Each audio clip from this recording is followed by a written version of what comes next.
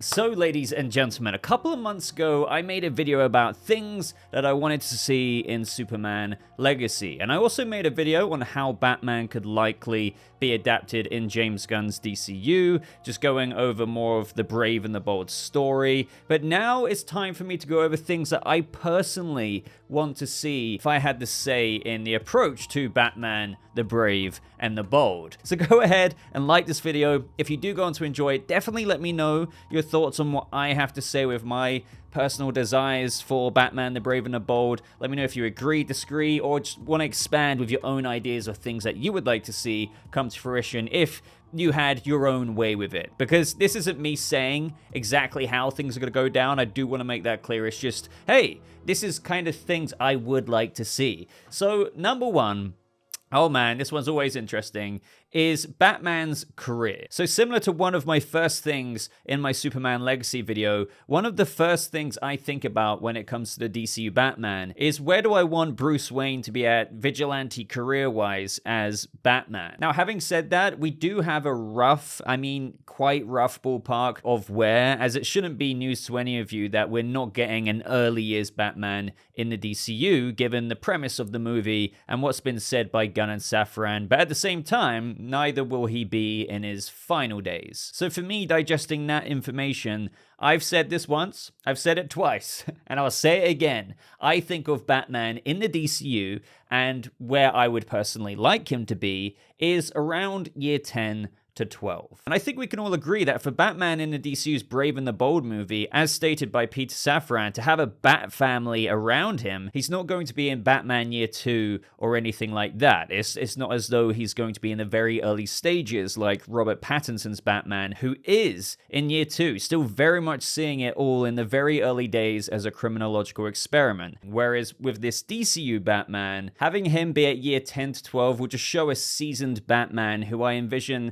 as having had the initial run of the criminological experiment and has seen in many instances that he has had quite the effect on Gotham in those 10 to 12 years. Also having had, obviously, as a result of that, quite a few run-ins with his rogues gallery, but also young enough, of course, to still have quite a ways to go in various avenues of his Bat life, one of which will be highlighted in this movie, being that of fatherhood. And also, without me going on so much of a ramble with regards to those of whom Bruce has trained, we all should know here on the channel, with the amount of times I say this, that adaptations aren't copy and paste of the source material. So that will likely, very likely, be no different here when it comes to this part of his life with regards to his, Batman career and where he's at and how many Robins he may or may not have trained. My personal thinking here and the way that I would like this to go down with just, I've thought about this quite a lot, but the timeline I imagine to achieve this Batman at 36-ish years old is that in Batman Year 3, when Bruce is around 28, he trains Dick Grayson for 6 years, and also within those 6 years, Barbara becomes Batgirl as well, and after that, of course, Bruce is around 34. I imagine 6 years of training Dick Grayson is an ideal one for live action, while also trying to remain true to potentially a young Dick Grayson still as he leaves Batman and goes to become and find himself as Nightwing at around, I don't know, this is another thing as well. Are they going to have Nightwing be 19, 20, 21? How accurate are they going to adapt ages? Now, at 34 years old, of course, Bruce trains Jason for 2 years before he dies at the hands of the Joker. I do also want to mention that by the time we pick up with this movie, with maybe Barbara having already been Batgirl and trained as Batgirl in those first 6 years, that the killing joke could have already happened. So by the time we pick up in this movie as well, if you're still with me here, Barbara could be Oracle at this point. And for all we know, there is another Batgirl around about this time as Bruce is approaching his mid-30s, and that is Cassandra Cain. But finally here, now that Bruce is around 36 years old after having lost Jason, now you somewhat need to decide if you want to bring in Damian around now, or bring in Tim Drake briefly before the events of the movie's opening, before Damian comes in. After all, this movie is about him arriving training, or of course you can put Tim on ice for some time later in the DCU. That is just my ideal way, with the cogs turning in my head, of how I think I would like to see things go, given what we know, given that Batman could be relatively young but not super old. I'm not ruling out anything. I'm not ruling out a younger Batman even than what I stated here, or even an older Batman, believe it or not super old again, but you know what I mean. But the reason why I formatted the DCU's chronological aspect of Bruce's life, training Robins and stuff, is because it allows this Bruce Wayne to be pretty experienced. And granted, they've got quite a lot of Batman history that already played out off screen. But as I was getting into, for me, with that being the timeline of where we're already at in the DCU, we are quite literally hitting the ground running, with Clark already being Superman, Batman already being Batman for some period of time. This allows a massive, absolutely massive well of potential for a rich sandbox for the characters to play in. And who knows where things could go on from here on out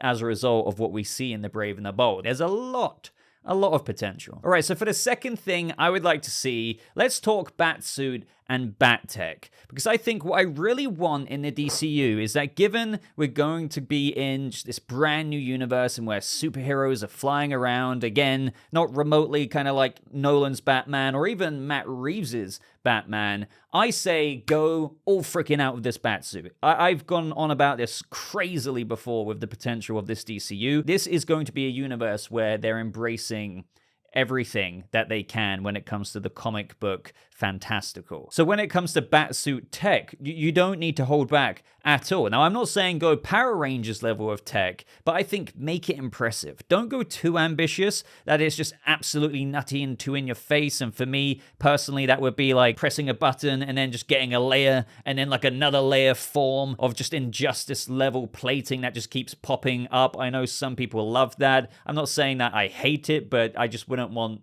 crazy plating upon plating upon plating of armor. But the way to achieve this for me, and I've said this quite a few times if you've stuck around here on the channel, it would honestly be something like the Batman Telltale suit, in where you just really have this nice, fairly armored suit, nothing too in your face. It's somewhat low-key, nice and neat of Batman, but also impressive on the technological front, and it seems protective. It also doesn't have too many lines or shapes, but also with the Telltale Batman, it incorporates tech and gadgets in a way that I think would just be absolutely incredible for the DCU Batman that we haven't really seen before. Now, we know that Nolan's Batman had a lot of tech compared to even where we're at with Robert Pattinson's Batman and Matt Reeves' Batverse, and that was awesome. But then imagine it taking another step up to the point of where with Telltale's Batman, you have things like a heads-up display or whatever it was on his wrist/gauntlet there. You had drones for recon. Nothing too crazy, but the way that implemented that with Batman approaching and assessing a situation before going in, I would love to see that in the DCU, where he's already like 10 to 12 years in, so that kind of makes sense with all the gadgets and advancements that he will have at this point. Hell, even put white eyes on the cowl if you want to. I've had my share of no white eyes on various iterations of Batman, and I don't want white eyes in the Batman movies in Matt Reeves' Batverse, because I think you can emote so much more with the eyes under the cowl there, and you could say, well, isn't it the same for the DCU Batman? Yes, it is. But I think at this point, with the new Batman, I'm like, okay, you know what, like, you can give us the white eyes. But voice modulators, I'm very fussy about. I often opt for a no voice modulator just because I think it's really hard to nail a voice modulator that pleases everyone. Some people think it's really cool. Some people think it sounds like some kind of prank cool voice, if you know what I mean. For example, with Ben Affleck's Batman's voice modulator, I wasn't a huge fan of it.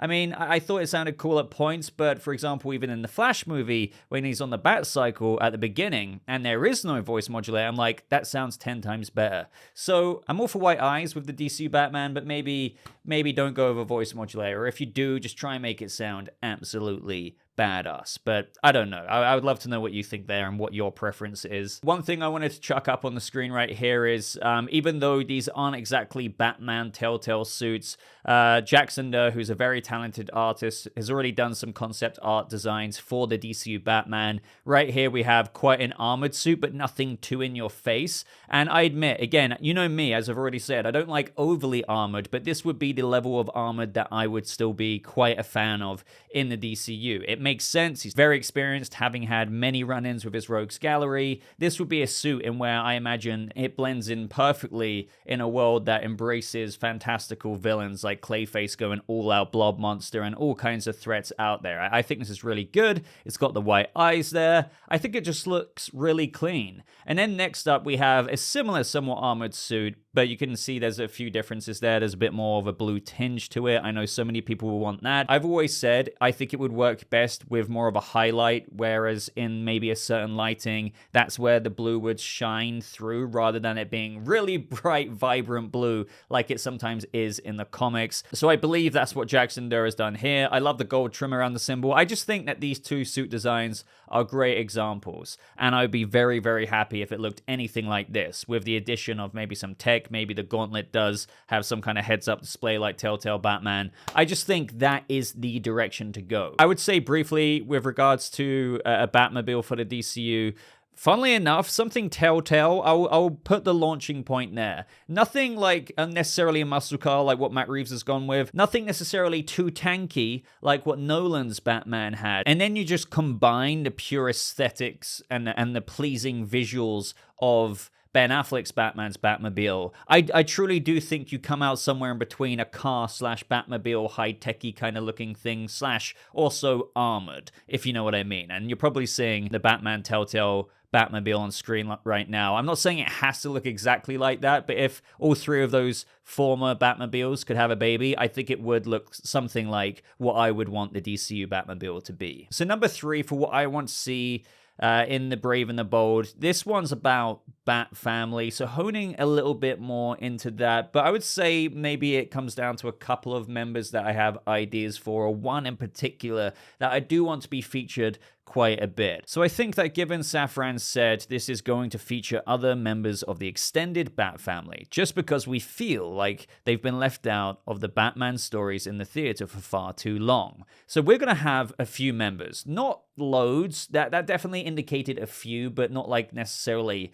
every single last Bat Family member up until year 12. But my personal priority is to see quite a bit of Dick Grayson as Nightwing. And I am quite biased there. Nightwing / Dick Grayson is my favorite Bat Family member. And I want to stress at the same time, I don't want them to necessarily clone Son of Batman, the animated movie here, or anything like that. But one thing I do like about that, also to somewhat mirror in a way what Grant Morrison did with Dick Grayson's time with Damian Wayne, is that by having Dick Grayson around during the Brave and the Bold movie, and while Damian is in the little son of a bitch mode, as Gunn puts it, it could lead to some really cool scenes from one boy who was raised by Bruce to the point of leaving, helping fill the gap and offer relatability in some sense in where Bruce's shoulder isn't necessarily as open as it could be, as he's not really quite the best father yet. And sure, that's what this movie is about, Batman having to reconcile with, oh, this is my son, and we're going to probably get some quite emotional moments there and some breakthroughs, but I do think it's important to have Nightwing quite prominently featured, again, to have that relatability. I think Dick Grayson could truly reach Damian and pierce his little annoying mode that I'm sure we're going to definitely start off the movie with, in a way that Batman just might not have the patience for right away. And I know some people will be like, what do you mean he doesn't have the patience? He's potentially trained Dick, Barbara, Jason by this point. But yeah, this is something new for Batman, and I think Grayson being there could supplement the story in other areas that I think fans would love to see. Plus, we get to see where Dick Grayson is at right now, and I'm not saying this would be deliberate setup, his inclusion that is, for a Nightwing spinoff or a Titan spinoff, but that is one perk that naturally comes with it. And then there's just what I briefly mentioned earlier, perhaps Barbara is already in Oracle mode. I don't know why I'm saying that, I just think there could be quite a likelihood of that already being the case, and I know some people already be like, but oh, we could have seen the Killing Joke on screen. I think there's just some things we need to accept that with this Batman already having a Bat family around him to an extent, we're missing certain parts of the earlier years. But with Barbara potentially already being in Oracle mode, I just think that would be really cool. Her giving intel on missions that Batman's going out on with Damian, I think that just naturally, once again, supplements the movie, includes some Bat family characters in there in a way that people hopefully won't claim, oh, this movie's being so overstuffed, they've got this character. Like with the Bat family, it low-key makes sense because this is just simply where Bruce is at his life, and there are supporting cast members / Bat family members that will be there to help tell the story as well. And as for Jason, I think I'm with what a lot of people are kind of saying here, or at least I've said this since day one, in that with where I'm saying Bruce could be around 36 years old, 10 to 12 years into his Batman vigilante career, maybe he's already dead and hasn't returned right now. There could be definitely references and conversations in this movie between characters, whether that's Batman, Damian, Dick, whoever, Barbara, acknowledging that what happened to the last Robin, Jason? Well, he died. And if they acknowledge that he's dead and he hasn't come back yet, there's just no reference of that whatsoever, well then fans can most certainly bookmark that in their minds, that there's potential for another DCU solo Batman movie somewhere down the line, and where they could adapt some kind of form of Under the Red Hood. As I said, I'm not pretending to know exactly how James Gunn's got to adapt which characters chronologically as a part of the Robins that Batman's taken in already, the timeline, but I do need to set people's expectations accordingly with how I don't think you're going to have every single person there, or things will just naturally be changed up. It's a natural part of adaptations. But hey, who knows? Maybe I'm wrong. Maybe they've already been through all of that and Red Hood's around as well, but that's not my preference. All right, so the fourth thing that I would like to see from my take of Damian Wayne in The Brave and the Bold is, think Daphne Keene's X-23 vibes from Logan. And I know I'm not necessarily saying anything quite new here, but I kind of want to double down on what everyone's vibes are right now, or at least most people's. And then there's Hit Girl from Kick-Ass. It can be done. We haven't seen it done with any Robins really in live action, at least to my knowledge. You know, you had Titans, where Brenton Thwaites was around 30 when he became Nightwing. Curran Walters as Jason Todd was quite aged up. Tim Drake was quite aged up. I mean, I know they kind of played teenagers, but I think Logan could probably be a more accurate comparison here. Because again, Kick-Ass just really embraced how wacky and crazy all of that was. I shouldn't need to explain it if you've seen it. But Logan, I think, I'm not saying Brave and the Bold will mirror that in tone necessarily, but when you think of Daphne Keene's X-23, I then truly think of Damian Wayne in the DCU and how James Gunn says he's a little son of a bitch. And when there's a heavy fantastical aspect in the DCU where this stuff is meant to be sold to you as believable within this universe, not our own, then for sure, it can absolutely happen. And if there's one person who I think can make this happen, that is James Gunn. He will probably be the guy to actually be like, oh, you know, we've got all of this crazy stuff going on. Yeah, there's going to be a kid who was born and raised in the League of Assassins, who was trained to be a killer, and Batman's going to have to deal with that situation. I really, really do believe it. And the reason why I'm stressing that, by the way, is because there's the whole idea, like what we've seen many times before, granted that they have got younger, kind of, is that you could cast like a 23-year-old to play a 17-year-old Damian Wayne. What I'm on about is potentially casting somebody like 14, maybe even like 13 to play like a really young-looking 13-year-old, that is, to play like a 10, 11-year-old. We never really get that. They normally age it up by a few years because sometimes translating that from the comics, it just doesn't feel as believable. Or it's just like, okay, that maybe this does make Batman, you know, when you read it on paper in a comic book panel, it's like, okay, you know, he's training a Robin. But then when you actually see a 9, 10-year-old kid, you're like, oh, wait, this does seem kind of a bit strange. But like, they actually really might try and tackle it. And I think it will work. I really do. Now, a lot of people wonder, like, how will Damian be adapted in terms of when was he born? How old was Bruce? We've been over this a few times, but I think it works fine. Whether you want to achieve a mid-30s age for Batman, of course, Damian could have been conceived when Bruce was training at the League of Assassins before returning to Gotham at 25. So let's just say he was 23. Fast forward 10, 11, 12 years, puts him at like 34, 35, 36, which basically lines up perfectly to the age I kind of would like Batman to be in the DCU, with him still being 10, 11, 12 years into his Batman career. And obviously, obviously the 10, 11, 12 age is depending on how old will Damian really be. Is he going to be 10? Is he going to be 11? Is he going to be 12? We really don't know right now. Or you could obviously have Bruce have a fling with Talia while actually in his Batman career. Believe it or not, you can do it that way as well. It's just with that way, you would have to chuck in the accelerated aging that Damian Wayne has had in the comics as well. So for that, like, let's just say every year he's alive, he ages by 2 or 3 years, meaning that Batman could have had that moment with Talia at around 30 years old, which I think works fine if they wanted to go this route, because again, that'd be like, what, Batman year 4, year 5, 6 times 2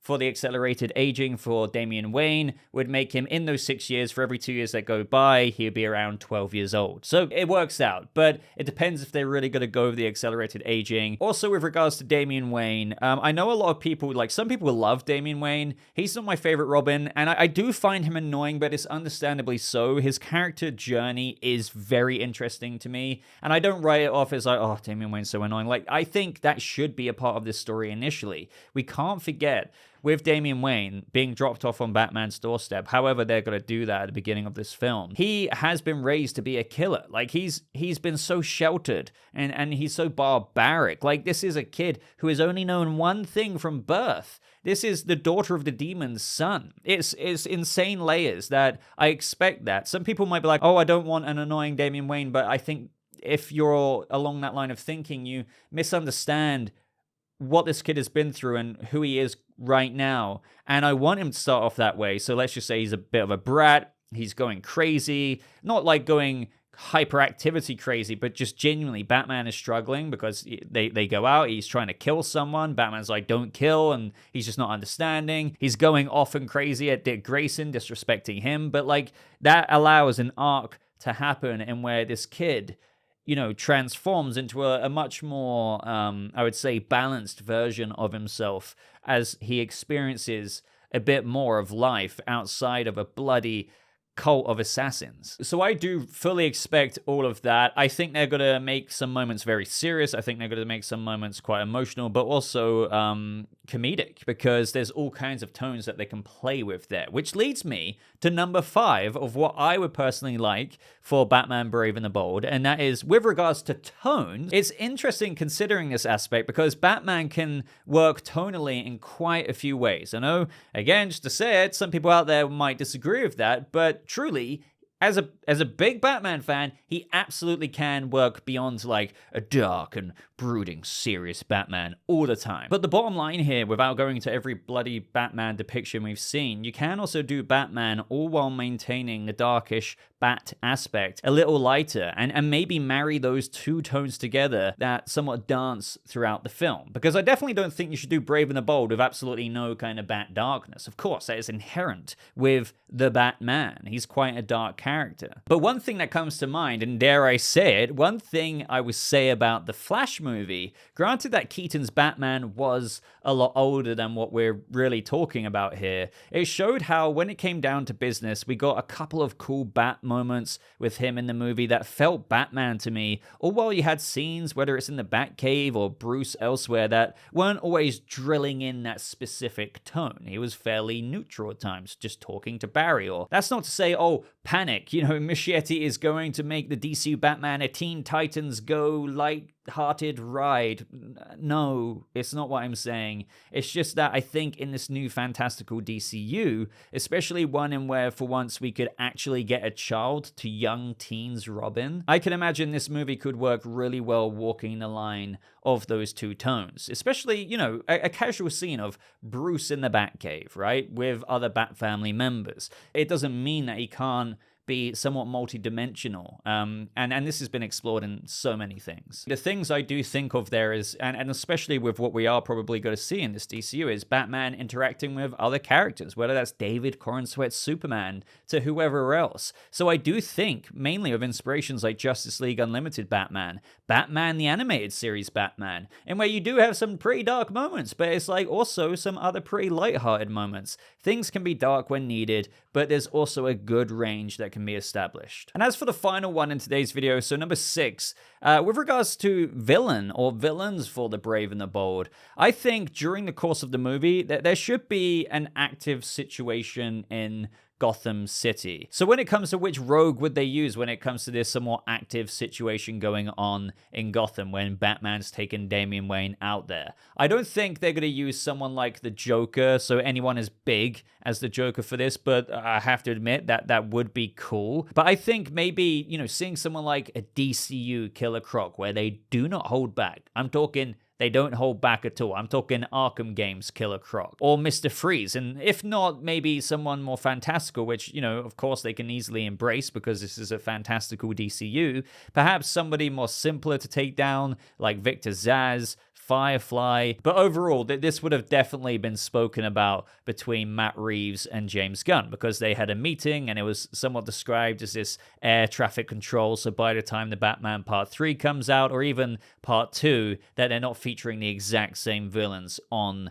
the silver screen. I don't necessarily think either that it should follow the Son of Batman animated movie storyline and where Deathstroke kills Ra's al Ghul and he's the threat. Not saying that I don't like Deathstroke, in fact I love him, but I'd rather him used in a project for another time. So as for what rogue, right now I wouldn't say I have an outright preference, but it would be awesome for Batman to take one of them down along with his son, and maybe even get some Nightwing back up because things could get pretty out of control, or even go awry and it could be Damian's fault. There's all kinds of possibilities there. Now, all while in the background, of course you need this somewhat looming threat. Now, I do think the antagonist of the movie itself, so to speak, will just be the situation in of itself. Not necessarily all the times do movies have a flat-out villain. It can just be what the big thing for the main character is, what is he tackling, and that is Batman and Damian Wayne navigating their relationship. But I do think there is potential for this looming threat, the bigger threat perhaps, being Ra's al Ghul. And as for Talia, I don't know. Did Damian run away to his father's, or did Talia drop him off to protect him from her own father? Obviously, all of this needs to be factored in, but instead of Ra's, being dead by the time the comic picks up, I think a cool threat could be him still wanting to use Damian either as his heir or maybe even wanting to take over his body, which is why perhaps he could have been dropped off to the Batcave by Talia, where Damian's just like, okay, what's going on? Now, I know in the Son of Batman animated movie, Damian wanted to go up against Deathstroke because, he killed my grandfather, blah, blah, blah, blah, blah. But now it could be a situation among Grant Morrison's storyline in where Talia al Ghul isn't necessarily painted as a straight up villain, and she is more complicated than that, but she's protected her son from her own father. And Ra's could most certainly, I'm not saying Ra's al Ghul should be featured very, very, very prominently, but it could just be another thing that pisses off Ra's al Ghul between his relationship of wanting once upon a time Batman as his own heir. So not only has Batman refused him, he's now got Batman protecting Damian Wayne, refusing to let his son be heir to the demon. And I'm not saying it should go exactly like Grant Morrison's, as I said, where he's literally dying or in fact is dead and he's kind of floating around as a little Voldemort ghost wanting to come back and there's a whole resurrection of Ra's al Ghul kind of thing. But I think there should be some desperation and that we maybe learn that Damian was really kind of cultivated since birth to be the heir to the demon. And even Talia didn't know this, but it was Raz's plan all along to take over because the Lazarus Pit isn't as effective anymore. And this can be revealed to Damian at a certain point in time, who throughout the movie could even be refusing to believe what he's hearing or learning about his grandfather. This could even be a story beat that is revealed 3/4 of the way through the plot. And Damian has to reconcile with that the only place he's known as home, his grandfather, his family, have been wanting to completely use him. So he forever leaves the League at this point, whereas for maybe most of the runtime of the film, he's wanted to get out the Batcave and go back to the League of Assassins, but Mum told him to stay here. So yeah, I definitely think it can go somewhere there. I think Ra's al Ghul would be really cool, especially a Ra's al Ghul who truly uses the Lazarus Pit and they don't hold back with that, and we get to see all kinds of things there. Maybe the very beginning of the movie picks up with Talia escaping with Damian from the League. That would be awesome. And then it cuts to a scene with Batman returning from a night out in Gotham City to the Batcave. We get a little bit of action there, but then when he walks through the door, there's something off. Maybe some alarm has been tripped and he's like getting ready for anything and everything, and then this boy walks out. I've got so many fanfiction ideas here, but let me know if you agree or disagree with me there with regards to Ra's al Ghul. But you have to think something's going to go on there. I don't think there's going to be some poised up rogues gallery villain to be the main villain of the film. That's a bit too cliche in a way. They're going to have to bring it back to the reason maybe as to why Damian is here. Anyway though, Bat Family, that is more or less everything I've got to say for now with my wants for the brave and the bold. Maybe we can do a part 2 to this when I think of even more things, because let's face it, I probably got a billion more things to say. But for now, let me know what you thought about what I had to say. Maybe you agree, maybe you disagree, maybe you think, hey, why didn't you say this? I would have thought you would have said this. So just let me know. If you enjoyed this video, would really appreciate a like, especially if you got this far. You right there, click the like button, whether you're on your phone, your TV, whatever it is. Consider subscribing for more bonus videos like this on the channel, as well as news breakdowns, reviews, and all kinds of things. But until next time, thank you so much for watching. I hope you have a lovely rest of your day. I'll see you, fellow Bat Family, in the next video. Goodbye.